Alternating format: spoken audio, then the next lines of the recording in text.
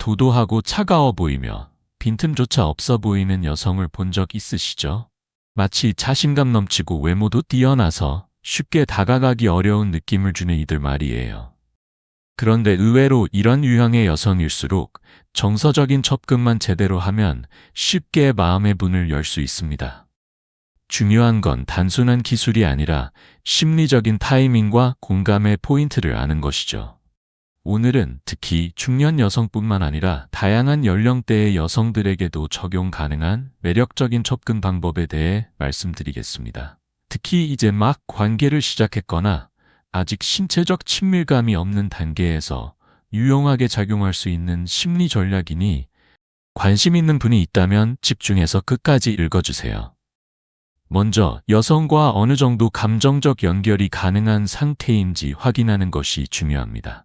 상대방이 완전히 무관심하거나 경계하고 있는 상황이라면 이 방법은 효과가 없을 수 있기 때문이죠. 감정적 신호를 파악할 수 있는 기본적인 두 가지 기준이 있습니다. 첫째, 메시지의 반응 방식입니다. 여성들은 스마트폰을 늘 가까이 두고 생활합니다. 따라서 답장이 늦은 건 바빴기 때문이라는 말은 핑계일 가능성이 큽니다. 특히 카카오톡이나 문자에 단답형으로만 응답하고 대화를 이어가려는 노력이 없다면 이는 명확한 거리감의 표현입니다. 예를 들어 지금 뭐 해? 라는 질문에 누워 있어 정도의 답만 오고 방문이 전혀 없다면 그 관계는 일방적인 관심일 수 있습니다. 이런 경우 감정적 교류가 이루어지기 어렵기 때문에 해당 전략은 적절하지 않습니다. 둘째, 둘만의 만남이 가능가입니다.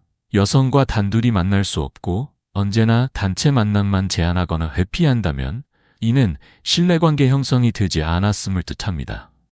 심리적으로 안전하다고 느끼는 사람과만 단둘이 시간을 보내는 것이 일반적인 반응이기 때문에 만남을 거절당하는 것은 단순한 일정상의 문제가 아닐 수 있습니다. 다시 말해, 친밀감을 형성할 준비가 되지 않은 상태라면 어떤 접근도 성급할 수밖에 없죠. 이 두 가지 조건이 충족되지 않는다면 억지로 밀어붙이는 대신 방향을 바꾸는 것이 현명할 수 있습니다. 그러나 적어도 단답형 대화가 아닌 흐름이 있고 개인적인 만남이 가능한 정도의 관계라면 본격적인 감정 접근이 가능합니다. 이 시점에서 중요한 것은 단순한 대시가 아니라 정서적 교감입니다.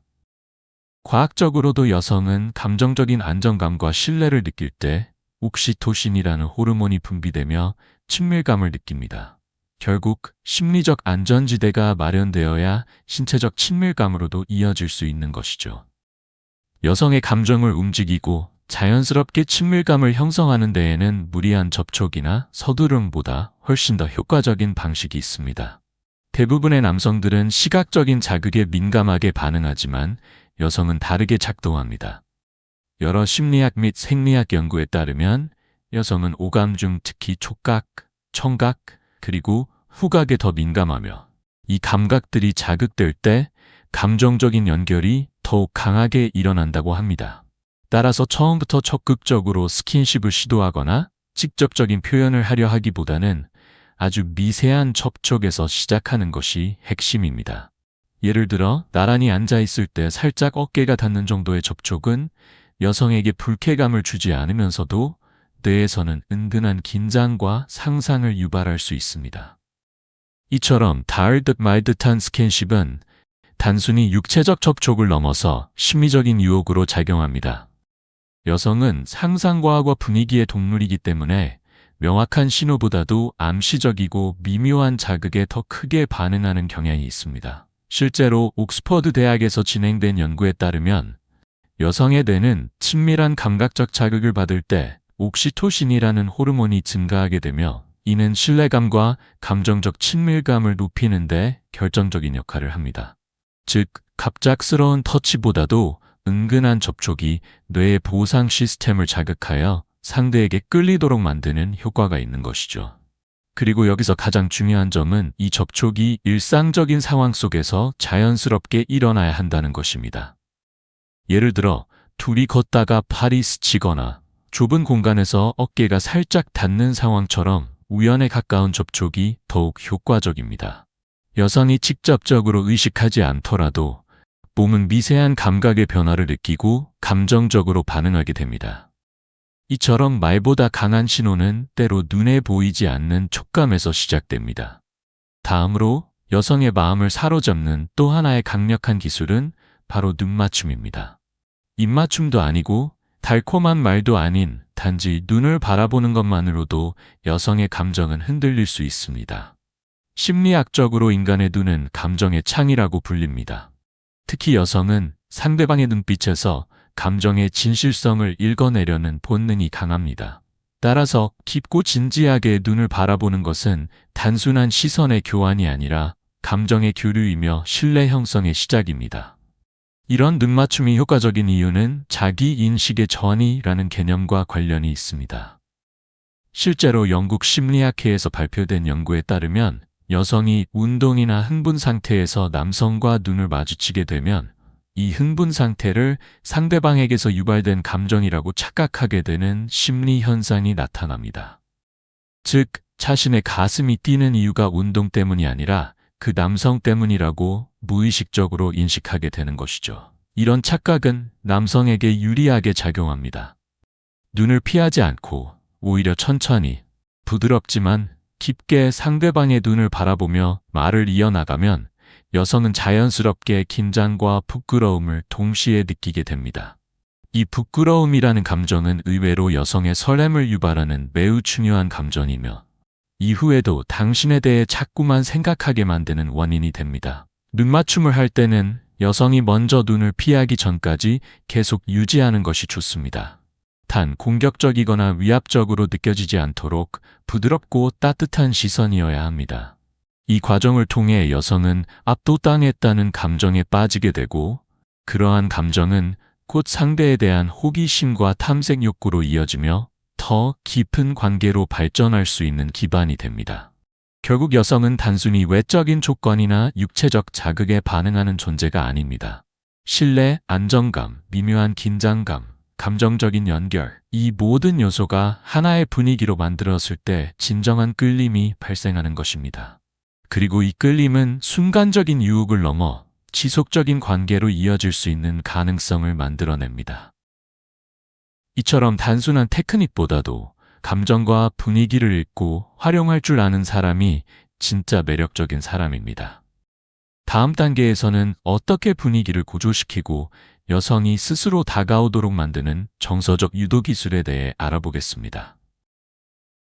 여성과의 감정적 거리를 좁히고 자연스럽게 분위기를 끌어올리는 데에는 의외로 간단한 공간 활용과 신체 언어만으로도 충분한 효과를 낼 수 있습니다. 이를 잘 아는 남성들은 술집이나 타치 테이블이 있는 이자카야 같은 공간에서 그 힘을 10분 활용합니다.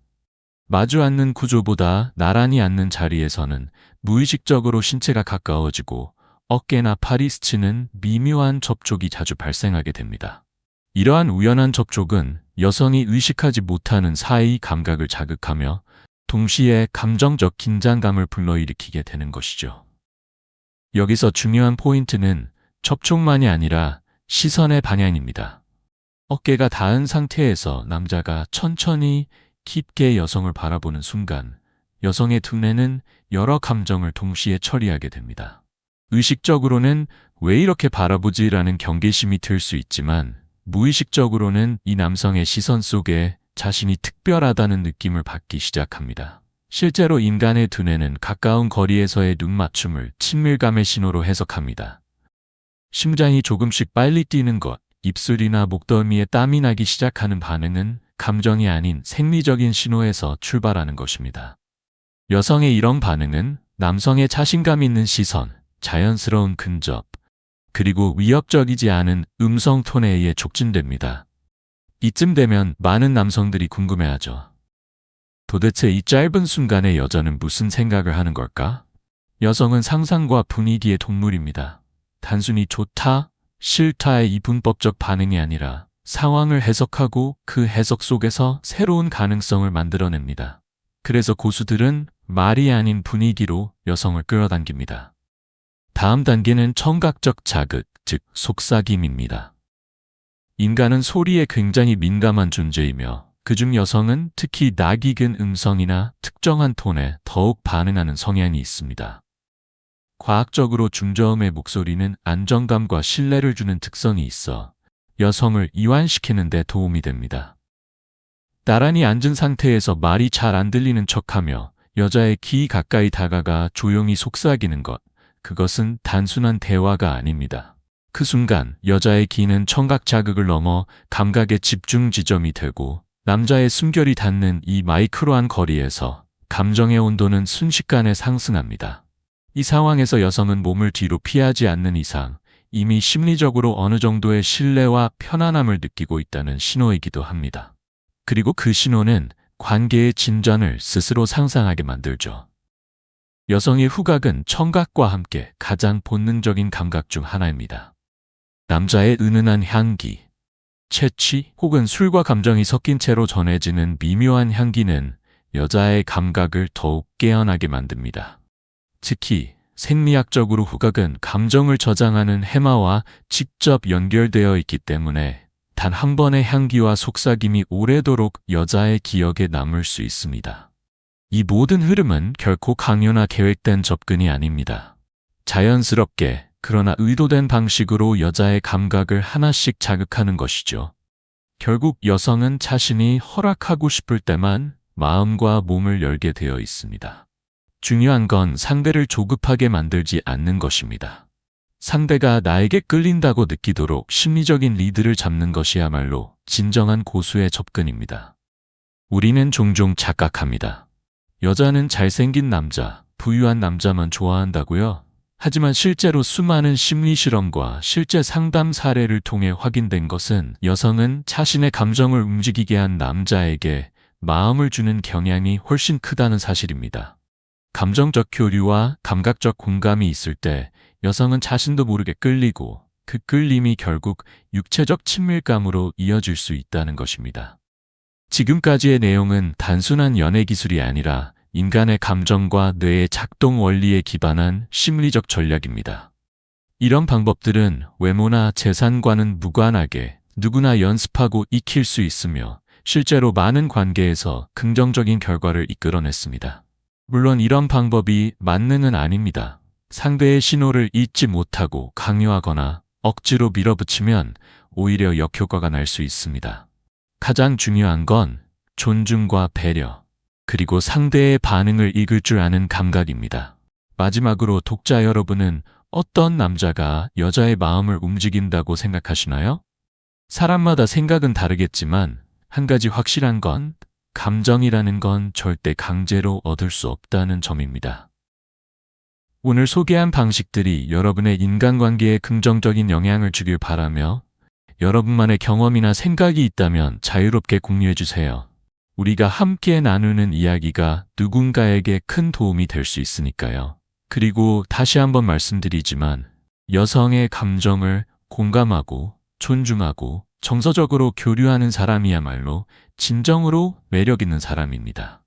다음에는 더욱 깊이 있고 관계의 본질을 꿰뚫는 주제로 찾아뵙겠습니다. 감사합니다. 물을 충분히 마셔주세요. 병원에 가면 거의 모든 환자가 한 번쯤은 듣게 되는 말입니다. 의사들의 이 조언은 단순한 상투적인 말이 아니라 건강한 삶을 유지하기 위한 매우 기본적이면서도 중요한 원칙이기도 하죠. 실제로 물은 우리 몸에서 다양한 생리작용을 돕는 핵심적인 요소입니다. 체내 노폐물의 배출을 원활하게 하고 장운동을 도와 변비를 예방하며 체온 조절과 혈액순환에도 직접적으로 관여합니다. 심지어 두통, 집중력 저하, 만성 피로의 원인이 수분 부족에서 비롯되는 경우도 있을 정도로 물은 건강의 기초입니다. 하지만 그렇다고 무작정 많이 마시는 것이 능사는 아닙니다. 개인의 연령, 활동량, 기저질환 여부에 따라 필요한 수분량은 다르기 때문이죠. 흔히 알려진 하루 2리터 권장 섭취량은 평균적인 기준일 뿐 모든 사람에게 일률적으로 적용할 수 없습니다. 예를 들어 사무직에 종사하며 하루 종일 실내에 머무르는 사람과 야외에서 활동량이 많은 사람, 혹은 고령자와 성장기 청소년은 각각 필요로 하는 수분량이 다르며 이를 무시하고 과도한 수분을 섭취할 경우 오히려 건강을 해칠 수 있습니다. 2020년 한국영양학회가 제시한 일일 수분 충분 섭취량에 따르면 일반적인 식사에서 얻는 수분을 제외하고 따로 마셔야 할 물의 양은 다음과 같습니다. 성인 남성은 1949세 기준 하루 약 1.2리터, 574세는 1.0리터, 75세 이상은 1.1리터 정도가 적정합니다. 여성의 경우 1964세는 1.0리터, 6금5워직 74세는 0.9리터, 75세 이상은 1.0리터 정도가 권장됩니다. 이때 가급적이면 무가당물이나 흰 우유 등 천연음료를 통한 수분 섭취가 바람직합니다. 반면 가공음료나 탄산수, 당 함량이 높은 음료는 혈당 조절에 문제를 일으킬 수 있고 나트륨과 당분의 과다 섭취로 인해 비만, 당뇨병, 심혈관계 질환 등의 위험을 높일 수 있습니다. 또 하나 중요한 점은 저나트륨 혈증이라는 매우 위험한 질환입니다.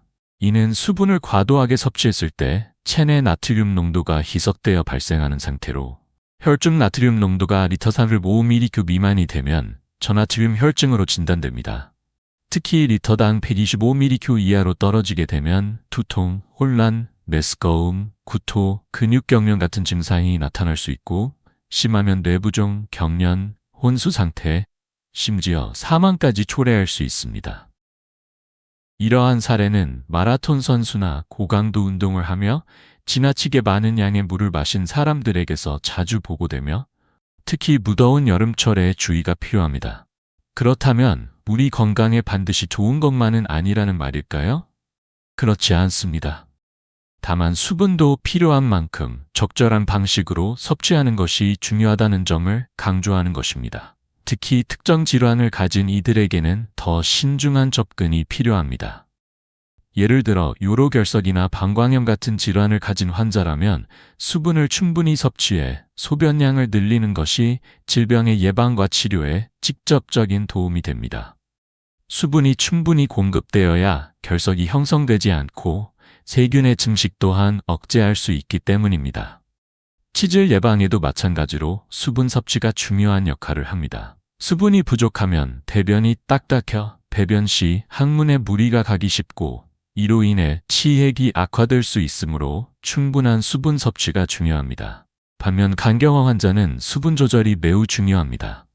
간 기능이 저하되면 알부민 수치가 낮아져 체액을 세포 내외로 균형 있게 이동시키는 기능이 떨어지게 되며 이로 인해 복수, 복강 내에 액체가 차는 증상가 생길 위험이 있습니다. 복수는 간질환의 말기로 진행되는 대표적인 증상 중 하나로 호흡곤란, 식욕 저하, 체중 증가 등 일상생활에 큰 불편을 초래합니다. 이런 환자에게 과도한 수분 섭취는 상태를 악화시키는 요인이 되므로 반드시 의료진과 상의한 후 섭취량을 조절해야 합니다. 신장 기능이 저하된 신부전 환자 역시 마찬가지입니다. 신장은 체내 수분과 전해질의 균형을 유지하는 데 핵심적인 역할을 하는 기관입니다. 하지만 신장 기능이 떨어진 상태에서는 여분의 수분을 효과적으로 배출하지 못해 혈액 속 체액이 점차 증가하고 결국 폐부종이나 뇌부종으로 이어질 수 있습니다. 특히 투석 치료를 받고 있는 환자라면 하루 수분 섭취량이 엄격하게 제한되므로 의료진의 지시를 철저히 따라야 합니다. 또한 고령자의 경우에도 수분 섭취에 각별한 주의가 필요합니다. 노화로 인해 갈증을 느끼는 감각이 둔화되며 기초 대사량이 감소하면서 수분의 필요량이 줄어들기도 합니다. 그러나 반대로 한 번에 많은 수분이 들어오게 되면 체내에서 적절히 처리되지 못해 위장 불편감, 부종, 저나트륨 혈증 등의 문제가 발생할 수 있습니다. 따라서 고령자는 갈증이 나지 않더라도 일정한 시간 간격으로 소량씩 수분을 나누어 마시는 습관이 건강 유지에 더 적합합니다. 결론적으로 물 많이 마시기는 분명 건강한 삶의 중요한 요소입니다. 하지만 무작정 많이 마시는 것이 아니라 나의 나이, 건강 상태, 생활 습관, 운동량 등을 고려하여 내 몸에 맞는 수분 섭취량을 이해하고 실천하는 것이 무엇보다 중요합니다. 물은 약이 될 수도 있지만 과하면 독이 될 수도 있다는 사실을 기억하세요. 건강한 수분 섭취는 몸을 정화시키고 삶을 맑게 만드는 첫걸음입니다.